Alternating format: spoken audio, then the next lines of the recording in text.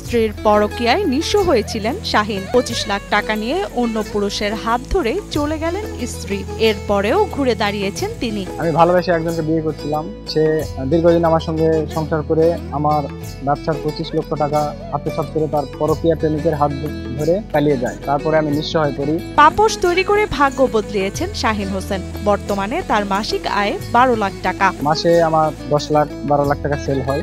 Ispahani bakery fresh, স্বাদের আবেশে একটু আয়েশ।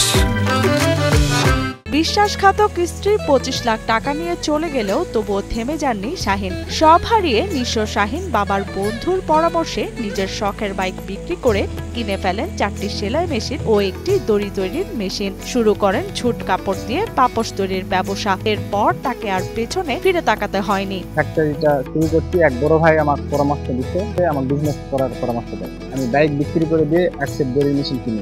এই এক সেট দড়ি মেশিন দিয়ে আমি 12 জন শ্রমিক দিয়ে এই ফ্যাক্টরিটা শুরু করছি। নওগাঁর বদলগাছির ভান্ডারপুর গ্রামের এক স্কুলে পড়াশোনা চলাকালে পরিচয় হয়েছিল শাহিন ও কামরুন নাহার শেমার। 2015-তে এসএসসি পাস, এরপর প্রেম, আর 2017 সালে এইচএসসি শেষে বিয়ে। সেই সংসার চলে 2020 সাল পর্যন্ত।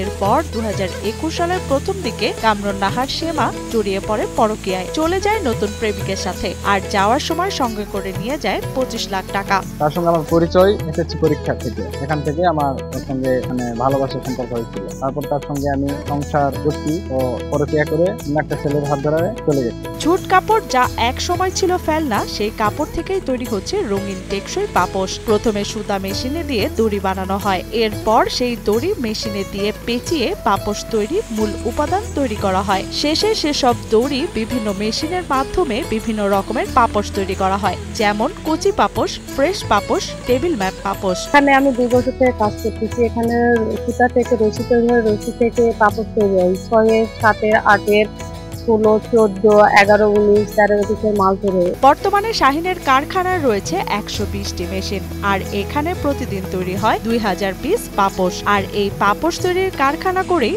ভাগ্য ফিরিয়েছেন শাহিন হোসেন। এখান থেকে আমিও স্বাবলম্বী হচ্ছি এবং আমার প্রতিষ্ঠানে যে শ্রমিক আছে তারাও স্বাবলম্বী হয়েছে। এদিকে শাহিন শুধু নিজের জীবন নয়, বদলে দিয়েছেন আশপাশের বহু নারীর জীবনও। বর্তমানে তার এই কারখানায় প্রতিদিন কাজ করেন 70 জন নারী শ্রমিক ও 4 জন পুরুষ শ্রমিক।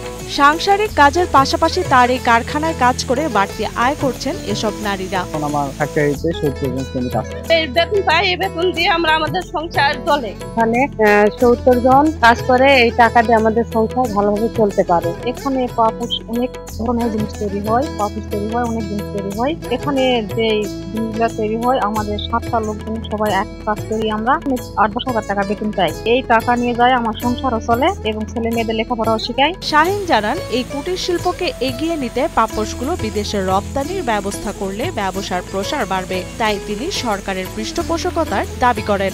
সরকারের কাছে আহ্বান জানাই যে আমাদের এই কুটির শিল্প যেন বাইরের দেশে যেন এই পণ্যগুলো যেন পাঠানো যায়, সেদিকে একটু দৃষ্টি আকর্ষণ করছি। সরকার থেকে যদি কোনো স্বল্প সুদের ঋণ যদি পাই, তাহলে আমি এই ফ্যাক্টরিটা আরো প্রসারিত করতে চাই।